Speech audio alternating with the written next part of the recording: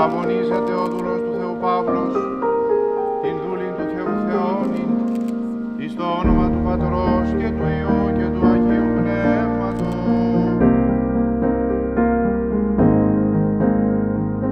Κι άλλος ο δούλος του Παύλος, στέφεται ο δούλος του Θεού Παύλος, την δούλη του Θεού Θεόνη, εις το όνομα του Πατρός και του Υιού και του Αγίου Πνεύματος.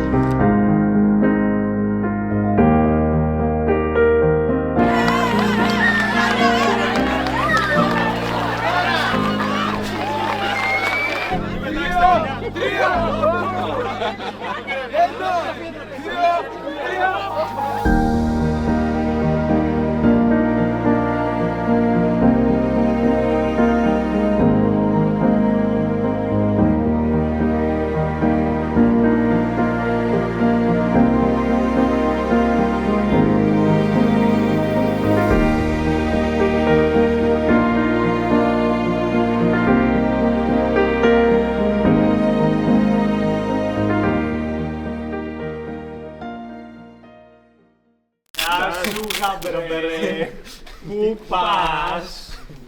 Πας στον γάμο σου? Δεν δούλεψε και ήθελε δούλευα. Θέλεις συνεννόηση.